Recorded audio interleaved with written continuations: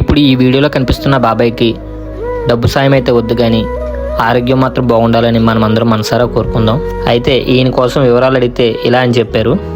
నా పేరు మురళీకృష్ణ.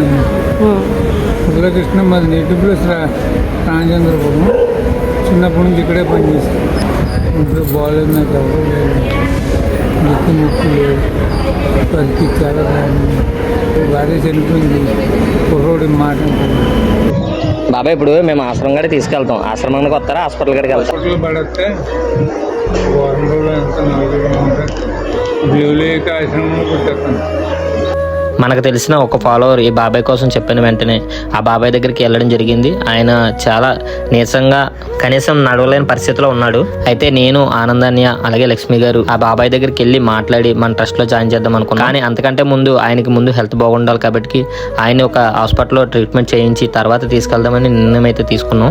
ఆ బాబాయ్ని ముందుగా గవర్నమెంట్ హాస్పిటల్లో అడ్మిట్ చేయడం జరిగింది. అయితే మనమందరం ఆ బాబాయ్ ఆరోగ్య పరిస్థితి బాగుండాలని ఆ భగవంతుని మనసారా కోరుకుందాం.